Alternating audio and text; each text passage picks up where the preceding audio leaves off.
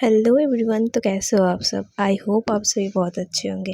तो आज मुझे बनाना था एक रेड वेलवेट केक। तो पहले मैंने रेड वेलवेट स्पॉन्ज को 3 लेयर पे कट कर लिया। उसके बाद मैंने मिल्क सिरप लगा के क्रीम डाल दिया। उसके ऊपर मैंने वाइट चॉकलेट ग्रेट करके डाल दिया था अंदर फिलिंग की जगह। उसके ऊपर भी शुगर सिरप लगा के अब आइसिंग कर रही थी। साइड साइड से क्रीम लगा दिया। अब फिनिशिंग दे रही थी मैं इसकी।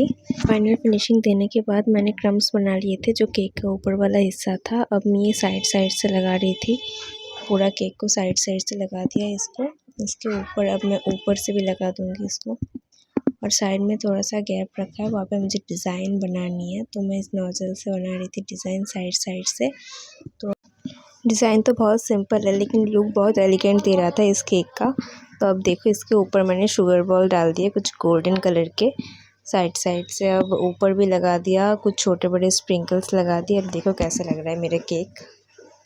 डिज़ाइन अच्छा लगे तो प्लीज़ लाइक कमेंट शेयर करना, और वीडियो अच्छा लगे तो सब्सक्राइब करना। Thanks for watching. Radhe Radhe.